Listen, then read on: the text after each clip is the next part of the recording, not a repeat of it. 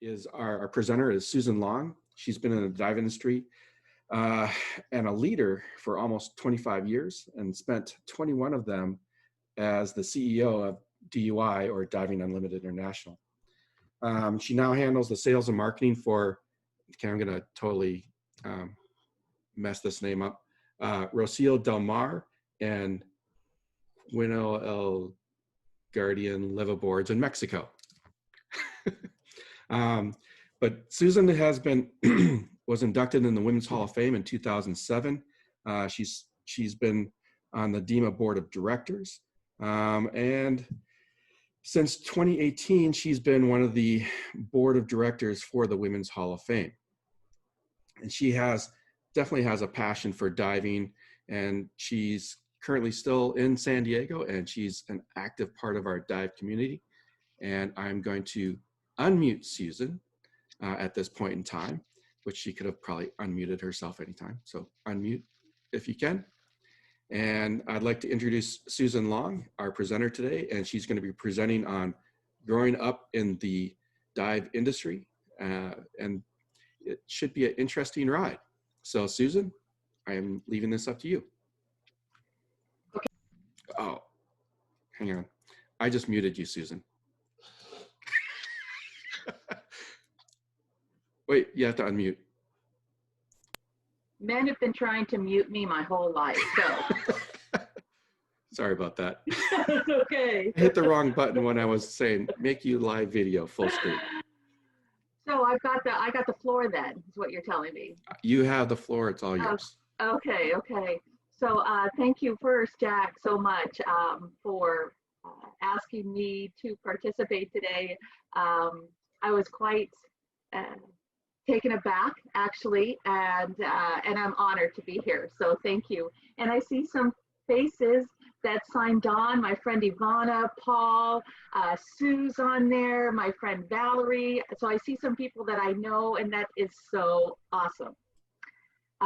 Today, you asked me. Let's see. So we're doing kind of a threefold, but I think the first two are going to be a little bit bigger. One is growing up in the dive industry. The second one was what it's like to be at DUI. And the third one is what am I doing now? And as a person, I have a tendency to really focus on the fun stuff, the good stuff. Of course, there's challenges through everything, through life. And this is also something I want to be that's very participatory. I used to give a lot of tours at DUI, and I am not here to do any type of a lecture. This is supposed to be, I always like them to be fun and interactive. And I know Jack said that the questions had to be pertinent to what we were discussing, but that's not true. Okay, so if there's something you want to ask, just go ahead for it, and we'll try to do that. Might jump around a little bit, but I think that's okay because something might spark another memory. So, okay, so I hear everything okay? Okay, Facebook is doing a little bit of a lag on this, and it may be for some reason on Facebook just showing me, but it's not supposed to be. So, but go ahead and go. But we're good. Okay. Yeah. All right then. So just to kind of let you know about me. So I was born in '64. I have two younger sisters. I had an older half sister, but I have two younger sisters. And my mom and dad, so we were born here in San Diego. Mom and dad had a dive store. And I like to throw in my mom because a lot of people don't know about my mom because everybody knows my dad, Dick Long. And so when I grew up, so we had a dive store. And first it was, I know there was one on University Avenue, a small one. And then a bigger one in La Mesa that is now, was a bicycle shop for years. And then they moved down to Delavan Drive, where the factory is at now. And we had I have so many really cool memories of things and growing up. Like for an example, I mean, a lot of you probably have parents and things like that that grew up scuba diving. So what like my dad always had a perpetual Farmer John tan, always, you know, with the Farmer John wetsuit tan. And he would go out all the time he was diving, and my dad worked a lot. So, and they were big hunters. We had so many abalone fries. The shop, and everything was always about the shop. But we'd have abalone fries. They would get the abalone, and I think every week there was an abalone fry, and the kids would run around and play. But we used to have abalone fries all the time at home and be like, Dad, we have to have abalone again. And we had probably hundreds of shells in the backyard. And my dad would pay my sister Kathy $1.50 to clean them. Ooh, but sister Kathy was quite industrious. And we had one of the best little gardens you ever did see, because it had nothing but abalone guts and fish guts and put in there often. So growing up, I mean, it's hard to kind of focus things. It's kind of like telling a fish what water's like, because that's all we knew. But we'd go down to the store when I remember very distinctly down in when it was on Delavan Drive, and my sisters and I would go play. So you know what, I have some pictures, so I want to share my screen here, and let me know. There we go.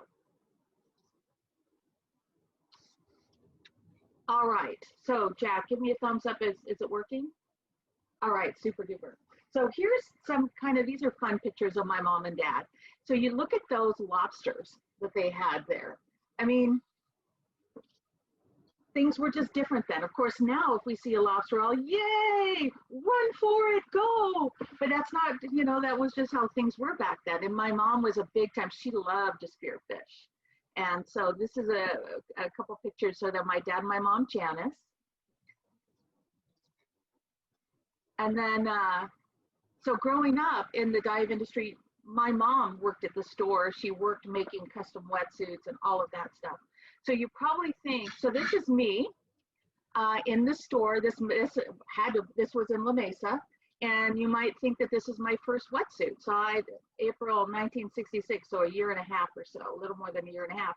And so this is me, and actually that's my mom standing back there. I don't know who this scary guy is, just stranger danger, stranger danger. So, person in that suit? Huh? Was there actually a person in that suit, or was no, it? No, it was just okay. a hard hat that display that they had. So okay. But that's why I said stranger danger. I'm just having fun. So this, my little wetsuit, and I still have this little wetsuit. It said Skin Diving Unlimited, home of tailor-made wetsuits on the back. And actually, and my mom had made that. And she said tailor-made. She wanted to say custom-made, but she ran out of the letter C. So she couldn't say custom-made. But I still have this wetsuit. But it wasn't my first wetsuit. Having been the firstborn in the family, I got, I guess, all this stuff. So I was, what, 4 months old? Mom made me a little wetsuit with booties and a jacket and a hood. So, and I don't know how, I wouldn't do this now. I can't even imagine how they got me to sit on a lobster. I have no idea. But I just love this picture. And so this was life. You know, they always came home with something to eat. And here's some pictures kind of the store. As if you've ever been down to the factory, they don't have the double doors anymore, but we did keep that sign.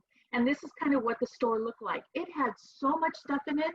My dad told me that he sold more U.S. divers equipment out of that one store than all the rest of the dealers combined. And I mean, they had so much stuff. And as little kids, we always had, I mean, now it's normal for kids to have masks and snorkels. Well, when I was young, and I mean, we were some of the only kids, and we had stuff when we were small. So we had masks, and then I remember getting a snorkel and being taught how to use that. Dad would come home, sometimes he had these little tanks, and he'd let us use them in the swimming pool. So this was what the store looked like. And we'd go down on a weekend or something and bring the dog. And my sisters and I would go back and the vending machines and get a moon pie and a soda pop, and then go into one of there were 2 dressing rooms. There were just like a closet, and we'd go in there and we'd pretend like we were going to space. So, but we just go down there, hang out. That, I don't think that was my mom, but it could have been my mom right there. So I remember this quite well. You can see the store. I love this picture because this just says everything in it. That was my mom, my dad's assistant right there, and with the little go-go outfit. That was and there, of course, you see my dad with his clip-on tie and his polyester pants, and so you see all those windows and stuff. All that's still there. This is Bob Stinton, who worked with my dad. Well, I think it was employee number 3, because mom would have been 2 and dad would have been 1. And then Bob Cranston, you know, who's just looking like a kid there, and he became a fabulous underwater, well-known videographer and photographer, and made movies. And it's just so fun to look at this picture. I also remember my dad having an office, and he had one of those speakers on it. That's when it was really cool and new to have those. And my sisters and I would go in and we'd hang out in his office. And I wish I remembered who it was, but some man there at the office would pretend like he was Charlie and we were Charlie's Angels. Oh, well, hey, before I get to this, I just have to say too, I learned how to drive when I had my, 15 and a half, and I had my driver's permit, and my dad would let me go down on weekends with him when everything was pretty much closed. And there was like a back parking lot, and he'd let me just do circles around the parking lot, these not big figure 8s, in the company Ford Pinto wagon.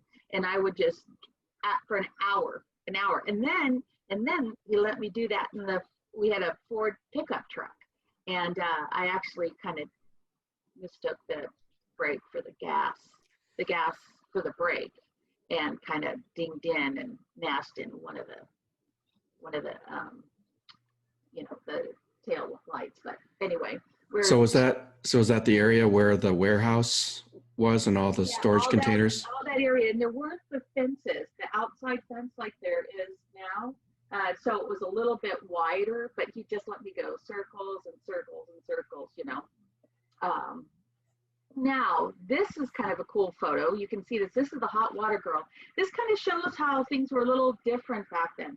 So we had the store, and then there was manufacturing where we made wetsuits and commercial dive gear. And this was from the commercial dive days. And hey, also I want to point out, they used to make a lot of underwater umbilicals for hot water suits and things like that for commercial diving.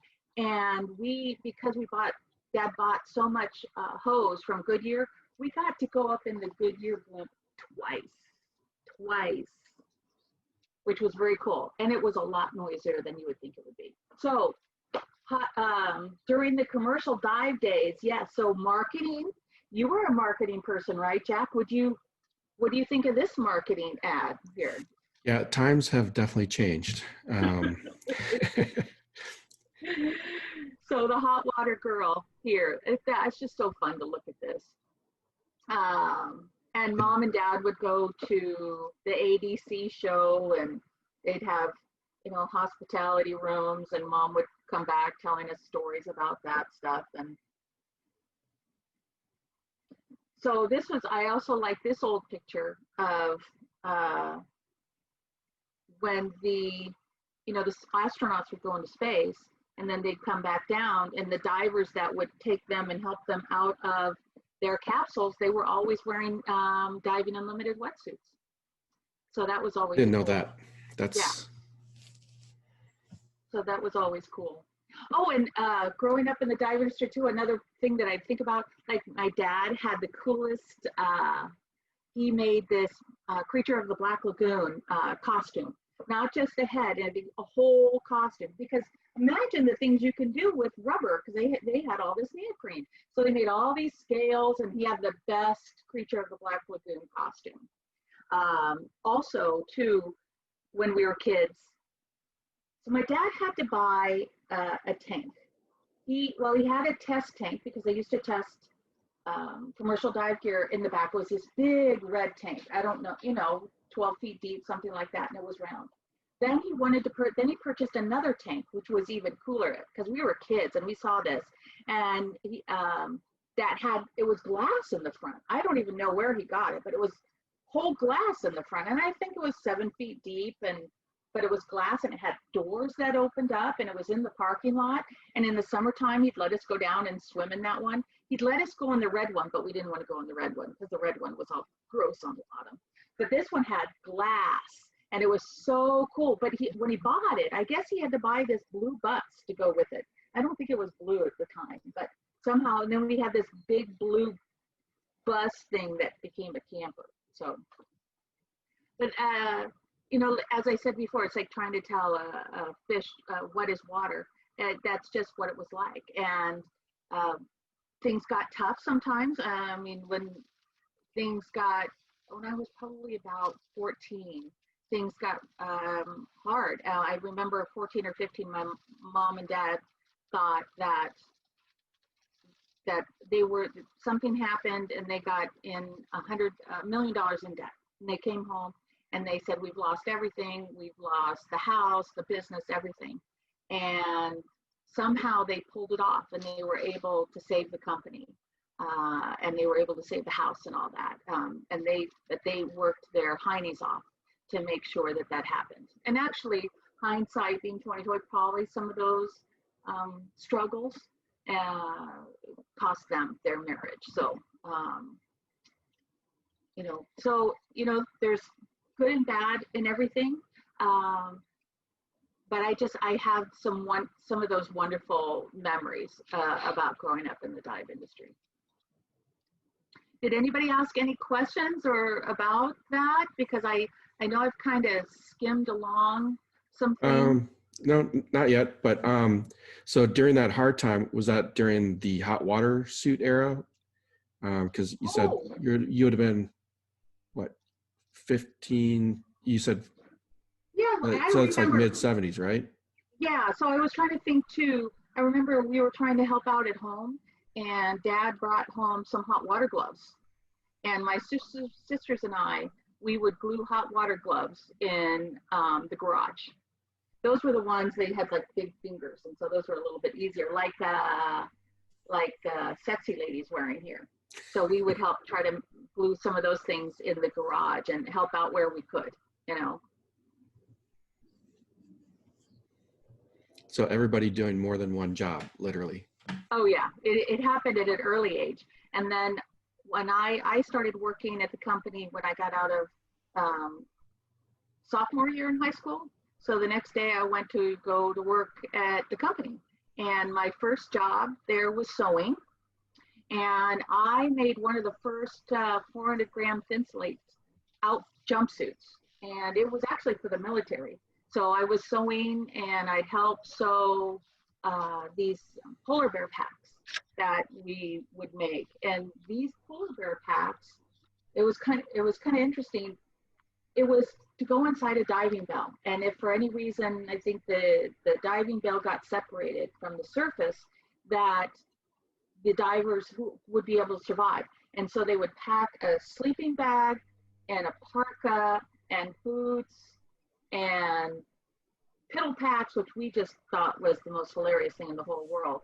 And they put it all into this container, this cloth, this fabric thing with lots of laces on it.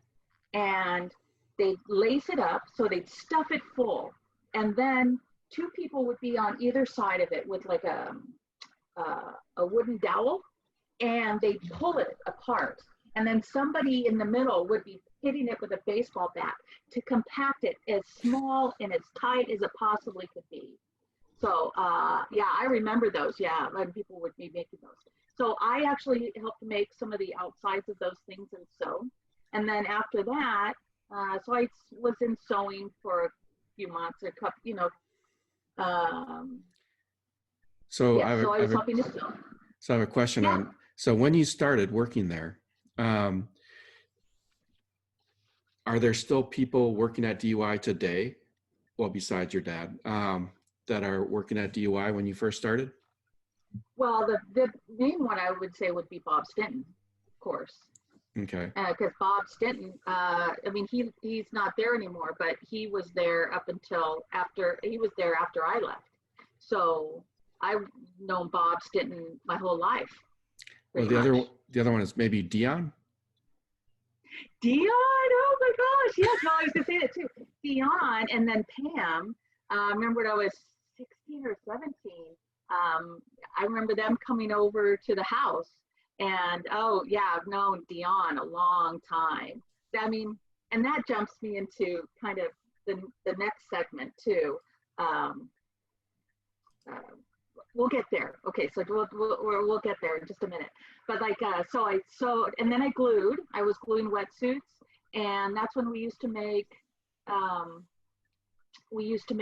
search and rescue, SAR, rescue swimmer suit ensembles, and where we'd make it was all custom for each swimmer, and we'd have a wetsuit and boots and gloves and hoods, and oh, and it had that seam coat every seam too. I wasn't the neatest person about that, but at least I mean I probably got as much on my clothes glue as I did onto the suit. At least it looked like that at sometimes. So I did that, and then my next job, as soon as I got my driver's license, I got to be the company courier. So after school, when I'd get off school, my sister and I would go down there and I would run all the errands. I'd do the bank runs. And this was before, I mean, like there wasn't a lot of everything now, everybody ships. But then I'd go pick up hot water parts all over town. I'd take shipments down to Burlington Northern to the airport because we were shipping things overseas.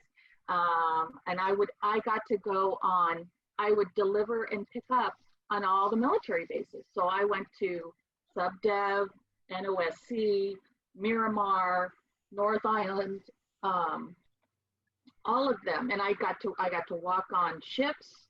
I was 16, walking on ships, delivering things or picking things up. That was I like doing that, So that was that job, and I pretty much did that. And my sister worked in the office, and oh, this is kind of funny because we had a telex machine.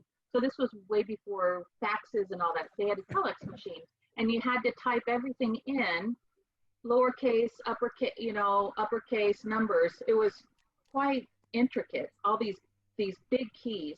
So you type it in, and you run this tape, and then you'd hit send. So that way you're sending it all at one time because to keep the cost down. Well, I remember one time my sister had to been 15 maybe, and she got a big like $25,000 hot water suit order. They had no idea they were dealing with somebody who was 15. They're sending their order to Kathy. And then of course another thing that's cool about growing up in the dive industry and family business, I knew what a resale number was before most people probably still don't even know what a resale number is. So you gain all that kind of innate knowledge just by being around it all. But there was really cool, like Vic Gowan, he worked with my dad for years as his assistant. And I know there's a special place in heaven for him. And so there's been a lot of good things, or KPS. My sister and I, at one time, when things were really tight, we were shipping and receiving. And the dish packs that you still use to this day, because they would be attached, we just like do the karate chop, so that way you can hold them up. And yeah, I've always wondered why they're always attached like that. It was we used to karate chop those. And then the tape, we didn't have tape. It was like this paper tape that had to go through to get liquid on it to close everything up. So especially when things were tight and things were downsized, we just kind of jumped in and did whatever we could help mom and dad with. But we did get paid minimum wage for that. So. Right. That's not that I was in the dive industry, but I did also grow up in a environment with a family business, and family members always got wrangled into doing something. in my case, I was kind of lucky. I was the youngest, so I kind of was excluded. But I think it's great that you took an interest in the family business in that way. Because I know for me, it was like, no, I don't want to do that, because that's the family thing. I wanted to do something different. So by you getting, having interest in it, that's awesome. Well, actually, it's funny that you say that. That's a very nice segue, because maybe you didn't know this, because I worked at the company 2 years during high school and 2 years out of high school. Then I left. I wanted nothing to do with scuba diving, nothing to do with the family business. I actually learned how to dive. I took a dive class, because by then we had sold the retail portion, or Dad had sold the retail portion. And so he was just focusing on manufacturing at that point. And I took a class, and I got a beautiful custom wetsuit made by Diving Unlimited. And there was my class. And then my dad took me diving on his boat, Research One. And I remember being seasick.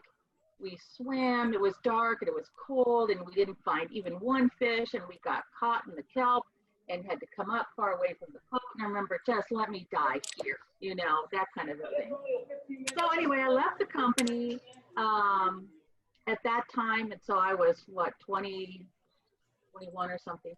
So I went and I did my own thing. I worked for an off-premise catering company, but the big thing is I worked for Marriott Hotels for 8 years.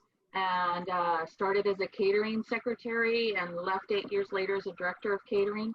Lived in San Diego, Anaheim, New Orleans for 2 years, right outside of Washington, D.C. And then actually, so kind of the diving thing, where I got back into diving, was when I was living in New Orleans. My dad and his lovely wife, Lee, invited me to Bonaire. And I went down there for 4 days.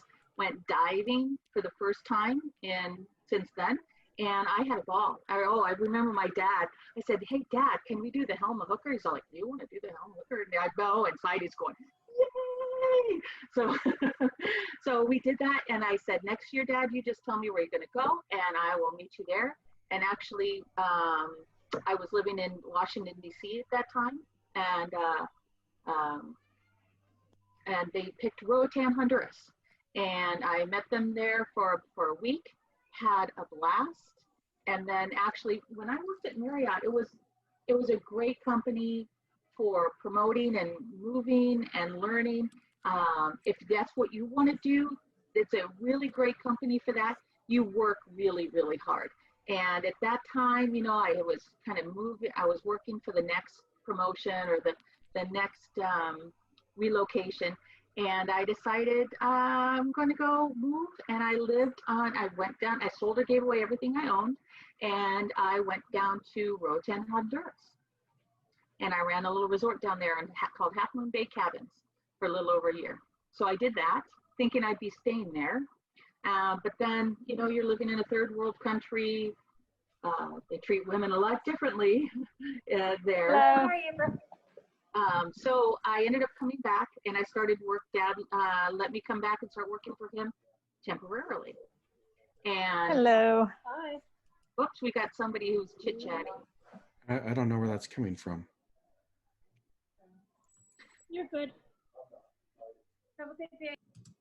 So I came back again temporarily, and so here's this is a cute picture of Dad and I. Oh, hey. I remember, Jack, you like the newer logo better. So you can even see it here. Here's Dad's. There's mine. That's 2006. But when I first came back, again, like I said, it was temporarily. What time is it? Okay. So temporarily at DUI. And the thing I noticed right away was it was the people. And it's the employees, because I knew many of them for years, like you said, like Dion and Pam and Bob and people in production that I recognized because I'd worked with them for so long, and there's Carol. So I came in, and there was all these amazing employees, and then meeting the customers. And the customers, it was really important to the customers what we did. I mean, we gave them the ability to do things that they didn't think possible. And You know, and I used to joke with people, I said, wow, well, working here at DUI, it's a lot better than selling insurance. And we get to deal with people that are mostly really excited to be diving and get a dry suit. And then I remembered growing up and my parents almost losing everything, and, you know, the countless stories we have not enough time for, but just realizing this has to go on. So you know, after I've been there for a little bit doing customer service, helped in marketing and customer service and doing DEMA shows and stuff like that. It wasn't very long. I went and I told Dad, I said that I wanted to run the company. So we put together kind of a plan, and it was a loosely laid plan, but kind of things worked out, and, you know, being in sales and then running sales and then operations popped up that needed to be taken care of. So we had a plan and things just kind of unfolded. But the thing I just want to show you most, especially when you look at this picture is very near and dear to my heart. You'll notice everybody's wearing green because we used to give out, you know, DUI still does that, I'm sure. I experienced one of those. A big chunk, okay? So a big chunk of the profits at the end of the year. And that was the best day of the year at DUI. Probably even better than people receiving it. It was a blessing to be able to give it. And that was the best day of the year. And it's got to learn to be called Green Day. And then we all started wearing green. And that was just the best day of the year. So that's why everybody's wearing green. And you see Faith in there. And I mean, just so many incredible faces. So we had Bob. And I remember Bob Stitton, when I first started working there, he told me, here at DUI, you could be a big fish in a little pond. And I always will remember that. And, but there was all the people. So the best thing, so I worked kind of my way up. And I remember one of the first things I had to do, we had a operations manager. And it was very sad. He'd been with the company a while. And unfortunately, he went home one day for lunch and had a stroke and never came back. And that's kind of when I said things kind of loosely happened. And all of a sudden I became operations manager, and we needed to renegotiate our lease. Nothing had been done, you know, like one of these things kind of like just kind of piles on, oh, we'll get to it later. And all of a sudden we had to renegotiate the lease. So I remember trucking on down the street to the landlord and having a conversation with this man, and just, you know, trying to find out but using the knowledge that I had gained at Marriott about customer service and support and listening and learning how to use your resources, because you can't know everything. So the main thing is just, you know, you listen, you write things down, and then you think, okay, who would know more about this than I do? And then you learn, and then you go and find that out. And then from there, you go to find that. And Dad was always a big, huge resource for me. But then there were other people that were resources for me too. So I learned that at Marriott. But so you see Dion, here's Dion. Yeah, I know her forever. And she's still at DUI. And there's Bob. I count at least a dozen or more people, you know, that are still there working there at DUI. Yeah. And it's interesting to see everyone's like years ago. And then Annette was with us forever. I don't know if she's still there. Yep, she's still there. She decorates for every holiday, right? She would decorate for every holiday. Still does it. Faith. Good. I'm so glad to hear that. I'm so glad to hear that. And Jeff, there's Jeff Smith from planning, and Jessica and Jeff and Dan Drake back here. And here's Dad. There's Carol. She taught me so much about dealing with the government. I remember the first time I think I said gun, and she said, no, you do not say gun to anybody in the military. It's a weapon. Okay, so, but I mean, she taught me a whole lot more than just that, but she definitely taught me that. I never said that again. And, but she was just amazing. And then Charles and Sharam, working with them in accounting. And where's Pat Thomas? We're in this picture. Where's Pat? Is that her right in front of your dad? Right there. Yeah, right there. I remember the one day when she said, Susan, you just sell it and we'll make it. And that was our deal for years. It didn't matter if we got a special order or we had a rush order, or, you know, when big orders would come in. I mean, some people look at it like, oh, we got all this work. Me, I'm like, yay! So we go and we plan, and what can we do to get this done? So, I mean, there was one year where it was amazing. We had this huge military order, all these waterproof bags and dry suits. And then we never missed a heartbeat delivering a customer's order, you know, just a recreational diver's order, never, because it was always about customer service. It was always about whatever we can do, we're going to find a way to make it happen. And like customer service, we had the one number, and actually you and I were talking about, I think it lives there, like that main line that comes in on the phone. But I had that on my phone too. So if the phone was ringing and people were busy, I'll pick it up. And I remember one time somebody saying, "Hey, Susan, what are you doing answering the phone?" I said, "Dude, it's ringing." So, you know, it was always about the customers. It's always the employees. Just, I know sometimes things, you know, you run into times where, oh, I remember this one day when we had to downsize, and it was heartbreaking, you know, to have to let some people go. Or there was one time where we lost a whole lot of people, and doing immigration, we did everything. The thing I loved about working, especially with Sharam, it was all about crossing the T's and dotting the I's. And I never wanted to have to go to bed thinking that what are we going to do in this instance, or did we do something we shouldn't, you know, kind of been, you know, there's always different ways to do things, but we always did everything the right way. And I really appreciated that about him.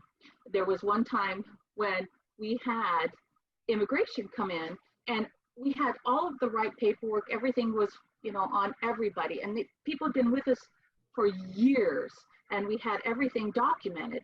And then there was like this super duper audit or something. They came in and they said, well, we're going to do this audit, and you'll find that some people will just leave because of whatever happens. And actually we lost like either a quarter or a third of our production staff. And we had to fill those places up. And that was really challenging. But between Pat and Pam and Dion made it happen. And then there's Dan Drake, who's doing a lot at DUI now. I think he's kind of running things at DUI. You know, we brought in Tommy, which when we decided to bring in an automated cutting machine, that was huge. That was huge. Everything before then was cut by hand. Every pattern was by hand, traced out. Dion would get the measurements and she'd say, do this, and then the cutter would trace everything out and then cut it. And so that was really, so we decided, you know what, this is just, it was archaic and it took so much time. Plus, that's a skill that's gone. You know, that takes real talent. So you had to pass on a lot of knowledge, especially if you lost people, right? Retraining and get him familiar with the process. So Bob and Dan was really instrumental in creating the whole program where we could plug in measurements and things like that. That made a world of difference. And then also when we did the floor, it was so great when we were able to knock down walls and we made everybody able to work under one roof. That was amazing. So, but oh gosh, I gotta watch my time here. So I just wanted, this is important to me because so you can see, and some sewers and stuff are still there, just that this is really what it's all about. Then okay, so this is a really cool picture because really, I didn't think about it, but it was really a unique thing to have a lot of women in charge. And to me, it was just, we had the right people in charge. It didn't matter what their gender was. And so here's a couple pictures. So myself and Carol and my sister Kathy, she was our webmaster. And then we've got Jackie in there, Dion and Maria, she had been with DUI for years. She did the repairs. Pam was just a wealth of knowledge. She could see you, if you met Pam like at a trade show or something, and she had met you 20 years before, she'd look at it, you got the CF200 with that blue overlay, didn't you? And we did, you know, so she had an incredible memory. And then Faith, I can't even tell you enough about Faith, because I used to, in addition to being amazing to work with, she was fun, and I got to go over to her house all the time for dinner. She's amazing. So here's a picture too of the ladies. This was a few years later when we were doing something. We had bought an ad, Women Divers Hall of Fame. Oh, it was for their fundraiser for a calendar. So Carol, myself, and Faith and Patricia, and then Pam and Dion and Jessica and Janet. So it was a great pleasure to work with all of these ladies. And again, it wasn't because they were ladies, they were just the right ones for the job. So I mentioned before that Carol taught me a whole lot about working with the military and working with the Coast Guard. She has such passion for taking care of her customers. I really admire her for that. And we used to come up with different pockets, and then there's some of the things that are kind of different about, you'll get a suit order and they want to put a pocket here or do something, and they put pockets all over it, and you say, why are you doing that? We can't tell you. Yeah, I've experienced that. The people up north, right? So, but it was great. One time I got to go, they were doing, for waterproof bags, they were doing a test at Coronado, and it was so cool to be there and to see the products in use and the people that are using them. So it was really a privilege to do that. And thank you, Carol, for all of your help and support when I was learning all about that. So the cool thing about running the company is I always handled the marketing. And I love doing things like naming products, logos. Here's the old logo when I came in. It morphed a number of times, making catalogs and things like that, to add different words or to make it look different. Like one time I made it look like a metal coin, you know, and things like that. But that's the logo that you're using now. And remember, that was a bit of a bone of contention between my father and I. But I think he, in the end, because that's what he came up with.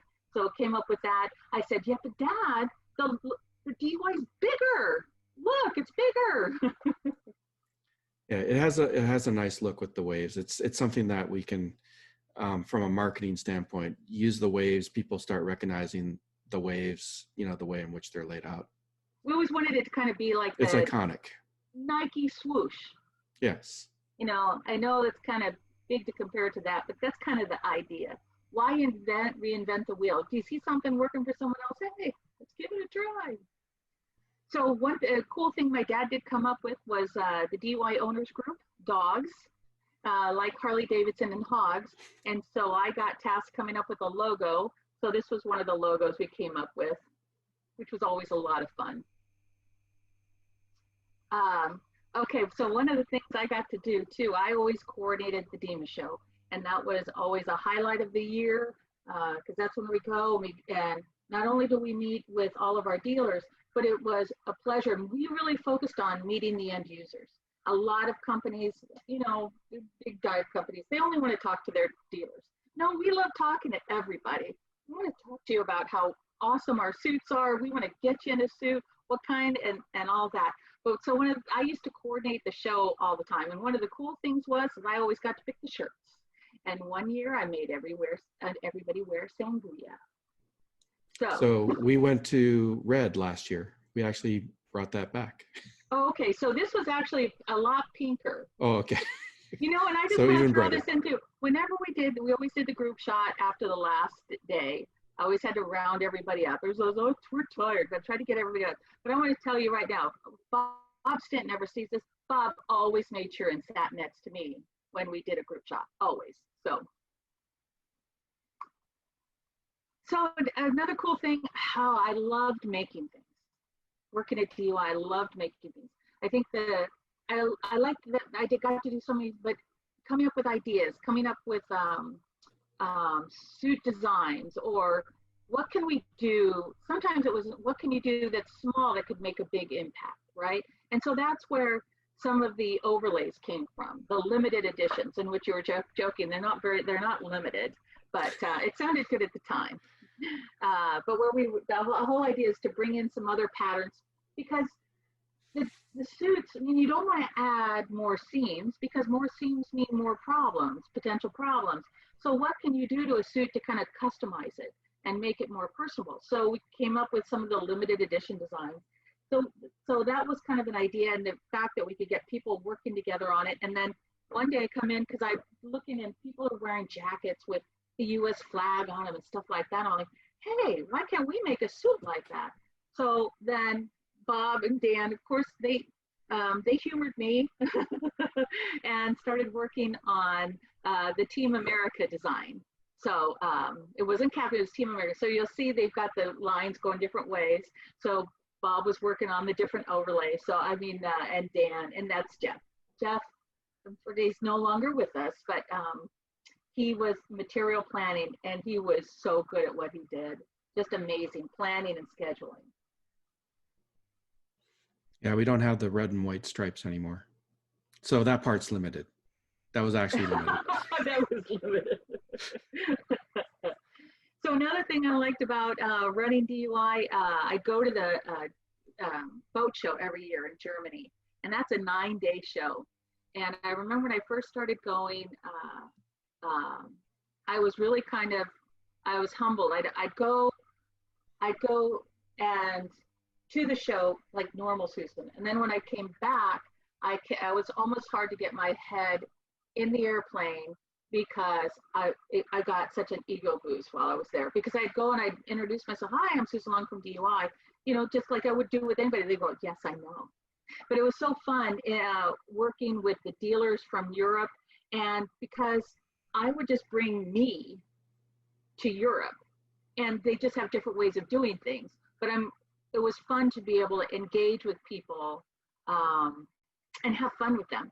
And one time there's a big stage in the one, so this whole show, it's 9 days long, and it covers this whole huge convention center. One building is nothing but big yachts, and then they'll have smaller boats, and one building is nothing but surfboards or whatever. And so this was one big hall with scuba diving, and they had a big center stage with a couple of different tanks, and they'd have people testing gear during the whole thing. So they said, okay, well, Susan, we want you to do, they do these little 10-minute presentations. And so people would get up there and they'd be talking. A lot of it was in German, and they'd be, you know, talking about things. I'm like, well, that sounds kind of boring. So what I made a fashion show. And then I'd get anybody I could. And it's so funny. I'd get volunteers, some of the dealers, and who you would think would be quite shy. Oh no, they ended up. Oren in the orange is definitely not shy. Oh no, not him, but like Peter from Germany. Right. And you know, so I say, come out, you know, big shoulders, come out, you know, just have a good time with it.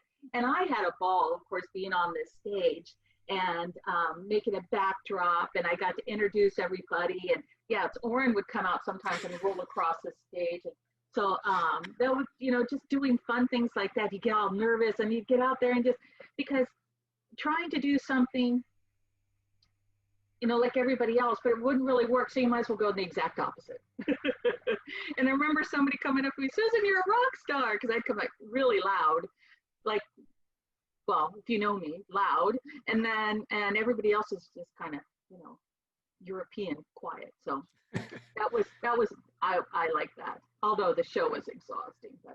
And then of course, demo days, I'd go to about a quarter of them a year. Those were wonderful events. Really, that is the brainchild of my dad and Faith. And when they started, they were small, and we'd ship suits around. Then we ended up getting a truck. Then we ended up getting a trailer. We'd have to put up 2 20 by 40 foot tents with a, you know, jackhammer, and we'd show up there, and it would just like 3 of us or whatever. The guys, Alan, who was driving the truck, and then we'd go and we'd get there, and we'd look for people to help us set up the tents. And so this is at Dutch Spring. So we did those, for 16 years or something like that. And it was such a wonderful way to interact with the divers and with the dealers. A lot of work, but it was it was just, it worked out really well. I think it really made DUI stand out. It was part of DUI's secret sauce. What made us special, because it wasn't all about wasn't all about the numbers and things like that, because you and I were talking about that. How do you judge where someone learned about the suit? Was it an ad, or was it a demo day, or was it because they saw somebody wearing one at the beach and asked about it? And but that was a kind of a different time. I mean, when we did that, there was a lot of cost involved. It was hard work. And imagine getting up at 7:30 or 6:30 in the morning and turning wetsuits, turn them inside out when it's 45 degrees out, and or it's 90 degrees out, and but they were a lot of fun, and I loved working with the divers, and I especially liked I set up a measuring station, and I get to work with people. I'd measure them and then help them design. I love that, help them design their suit. And everyone, it wasn't like I ask questions, show them what's available, and they go, I didn't know that was available. Oh yeah. And I remember one time, because when you talk about colors, at one time somebody said, I was helping some guy, and some man at the time, and he said, oh, I don't care what color it is. Black is fine. And I said, well, we've got a really nice navy blue. He goes, navy blue? I like navy blue. So, oh, another thing that was really cool about working at DUI is sometimes we got to work with doing movies. So here's a picture. I didn't get to meet Drew Barrymore, but here's Drew Barrymore, because she was in that movie. What was it? With the whales. The whales in Alaska, or where they were freeing the whales. Miracle, I think it was called. Yeah, and it was based on the true story. And that's Sylvia, who she was her stunt diver.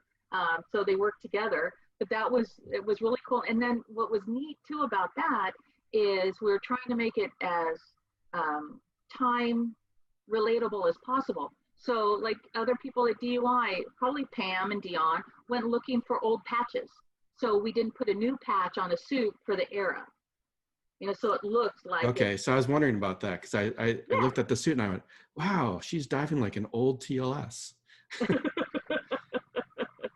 So we did that. We did The Guardian, where we made suits for Ashton Kutcher and Kevin Costner.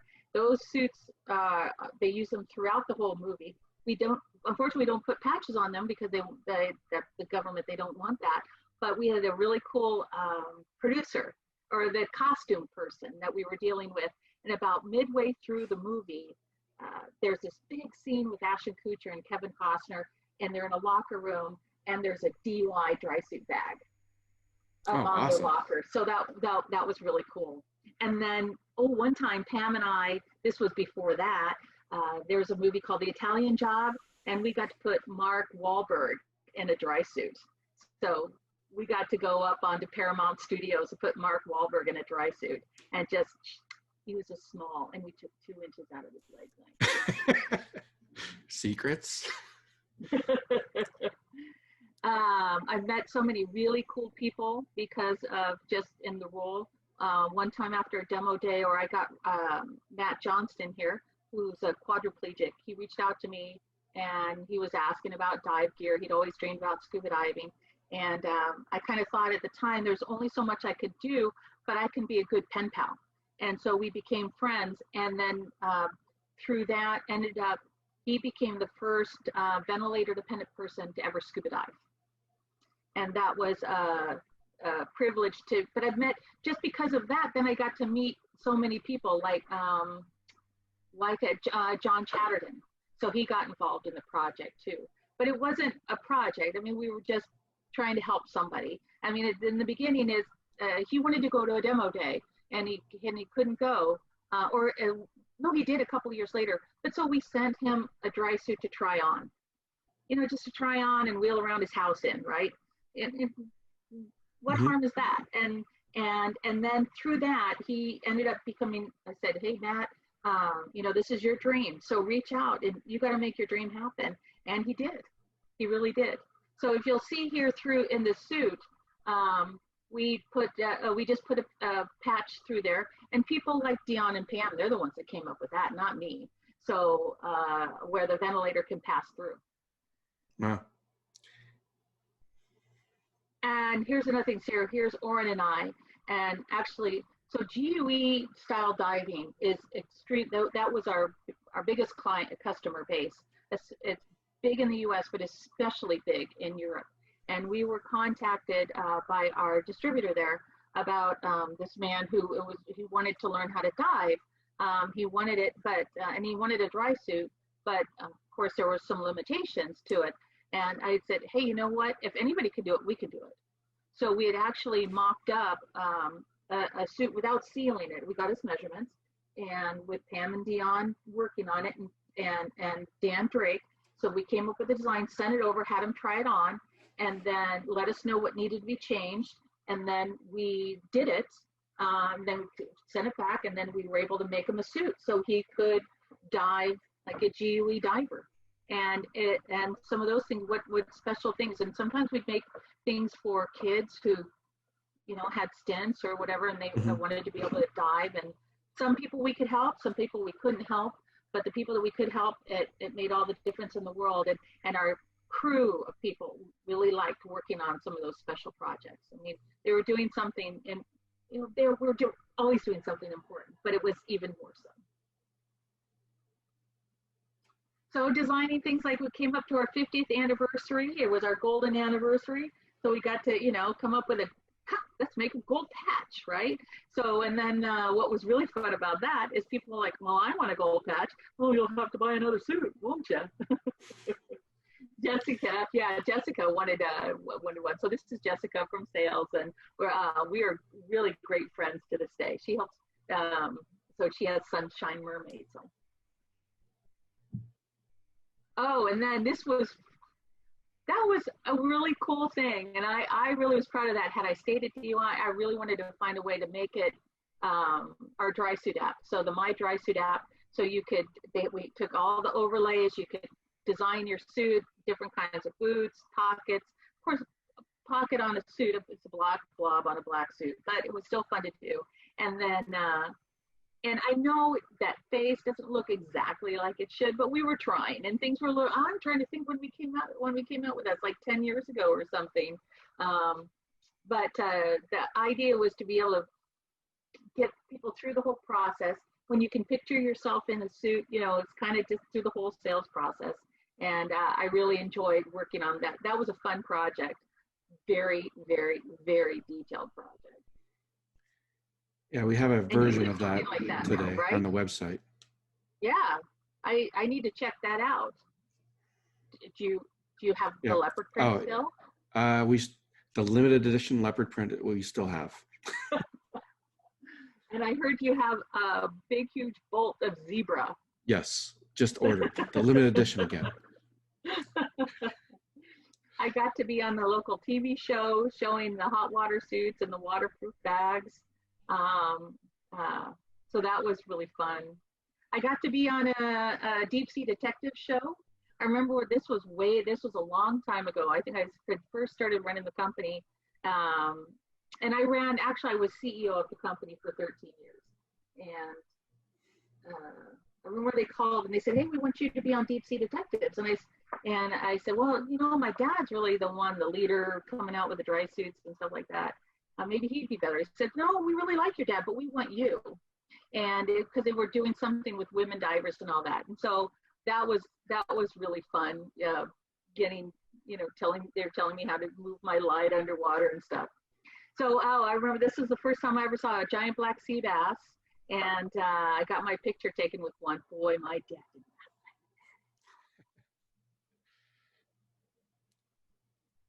But he got me back later on. So. Yeah, no, he always, in some of our meetings, he has that as his backdrop with the giant black sea bass. So, we better hurry up and wrap this up then, because we're at 2:03 already. So going into present day, so I left the company about a little over 4 years ago. You know, it was challenging. It was very challenging. And that's even being an understatement when I left. It was the hardest part was when I announced to the staff that I was leaving. But my dad and I just, you know, we had very different ways of doing things, and it was just time. And so I left, and then I have a really good friend who owns a couple of liveaboards in Mexico, and before we worked together, we were great friends. Before we were great friends, I was a good customer. And I want to point out that I've always had the privilege of working at places which I truly believed in. Like DUI, the best dry suit in the world, period. You know, so you can hold your head up high.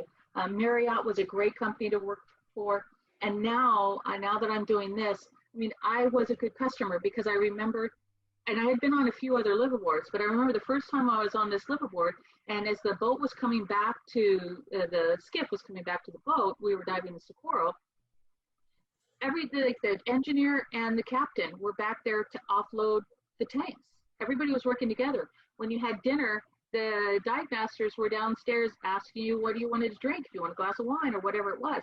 So the whole crew really worked together. And I really liked that. There was no hierarchy, right? And they were all there to work together to give you an amazing experience. So now that I work here, I feel like I'm part of another amazing team. So I get to handle the sales and marketing, which is the funnest part of what I did at DUI. And now I get to do that for this wonderful liveaboard. So did you redesign that logo? I was part of it, but actually that was Dora. Okay, you know, because I'm like on the wave swoosh. There we go. So it's funny because now we collaborate a lot, and I'm not in charge as much as I used to, you know, so to be able to make those split-second decisions. But it's a pleasure to work with her and to be a part of this team of people. So I feel like the crew, I'm a part of them. So anyway, so we have these two beautiful liveaboard dive boats, and the boats are going right now. We're in the Sea of Cortez season. So right now in the summertime, we go to the Sea of Cortez, and one boat, Rocio del Mar, takes 20 divers, has 10 private cabins, each with an ensuite bathroom. And Quino is a little more casual in that it takes 16 divers, but has quad cabins. And then there's 4 community bathrooms that get assigned to the rooms. But both boats have what we're best known for is the crew and the amazing food. I just got back from our 3rd annual all-ladies dive trip to the Sea of Cortez, Midriff Islands, which benefits Dive for Cure and breast cancer research. Just came back, crossing the border. The only difference was we had to wear masks. So the pool's open, folks. And so we're at Sea of Cortez season. Then in November, we're going to start our Socorro season again. And really looking forward to that. Really looking forward to that. With the giant manta rays and that come right up to you, the dolphins, the bottlenose dolphins will come right up to you and almost get seem indignant if you don't pet them. The 7 different species of sharks. And I'm supposed to go in November on a vacation, and because I haven't been out there for years, and I'm super excited. Yeah, this is still one of those areas that it's on my list to go to. And it's so easy especially for you. You know, the flight down to San Jose del Cabo, it's easy. You know somebody, I can hook you up there, Jeff. There we go. So, so this is me. So I go to all the dive shows now, usually. And the neat thing about it is I don't have to set up 30 dry suits and grid work and stuff. It's a lot easier to go to a dive show now with a TV screen and some brochures. Yeah, I know what you mean about how much that work that is. That's something I've been doing the past couple of years and trying to get everybody coordinated to set things up. And I have my vision and then trying to make sure people follow that vision. Is, you know, 2 different things, but yeah, no, I get it. It's a lot of work. Yeah. Well, sometimes DUI is as you know, you have to wear a lot of hats, and a lot of times you could have the vision, but you were also the one implementing that vision. So that's what happens in all small companies, right? Yes. So here's just to show you, this is where the boats go. So this is the Sea of Cortez season right now with the Midriff Islands. We leave out of Puerto Peñasco, and actually most people fly to Phoenix. So you actually get an international dive trip with a domestic flight. So you fly to Phoenix, and then a shuttle picks you up at the airport, and about 4 hours later or so, 4.5 hours later, you're boarding the boat in Puerto Peñasco. It takes you right to the boat. And then, so this is an 8-day trip, and we get to dive with sea lions. I did 2 days with sea lions. I got my fin nibbled on. I'm never gonna wash it again now. And then, and we snorkeled with whale sharks in Bahia de Los Angeles.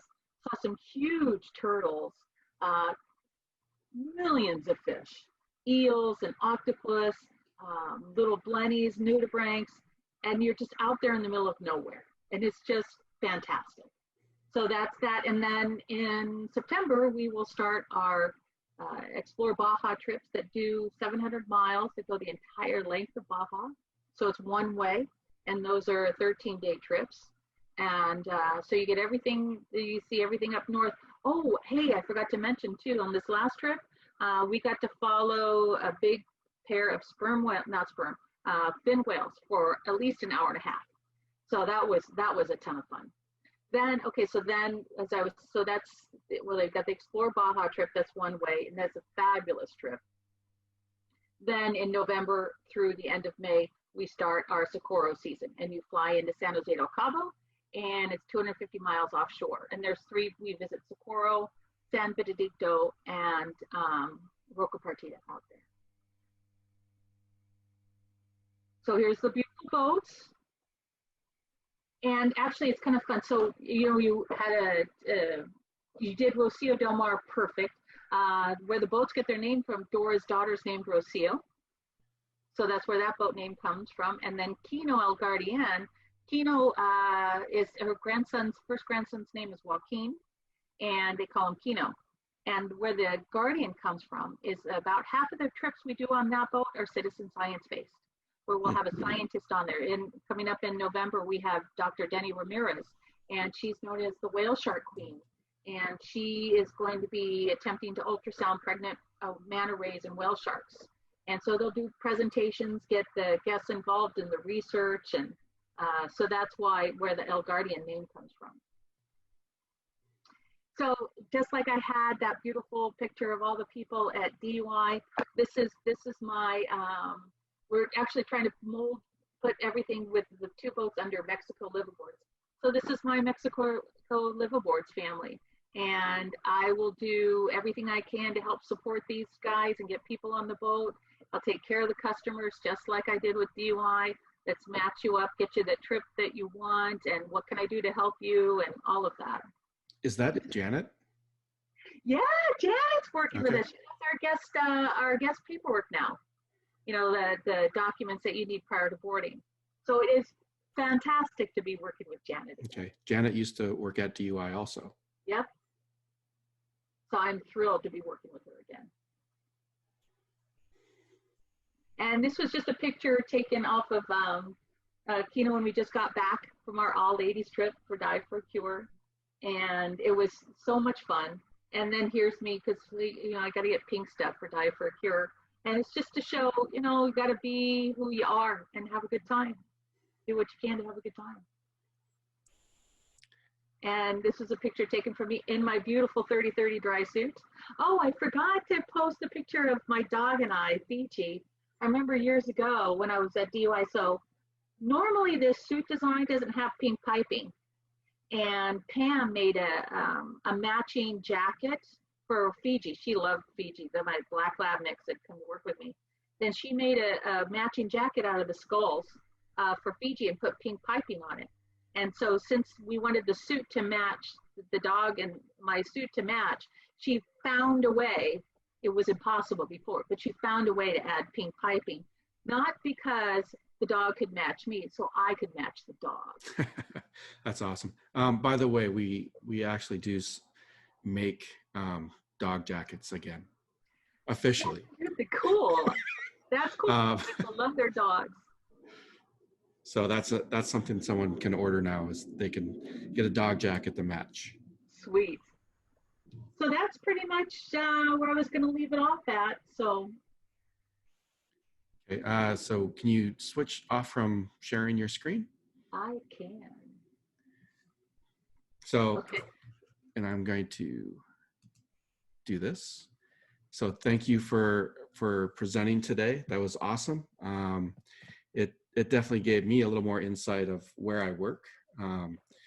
It's just a different perspective on this whole thing. So that's great. And thank you for being part of the DUI family and presenting today. It was great. It was my honor to listen to all the stories. It's just it's a different perspective, and I enjoyed it greatly. So thank you. Thank you. And you did get a lot of comments of people saying thank you and all the stuff that you're doing. So Oh, well, thank you. appreciate it. I see a thank you from Ivana. Ivana's my dive buddy. We met each other a few years ago with her daughter on Quino El Guardian.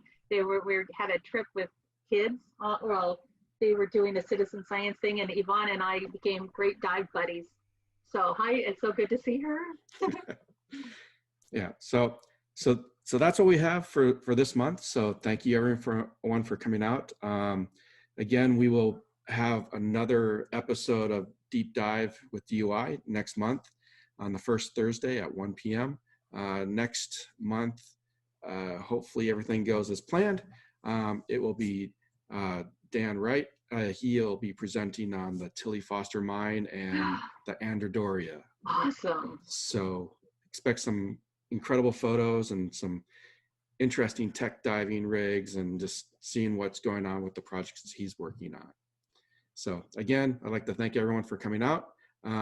We'll have the YouTube version posted hopefully sometime next week.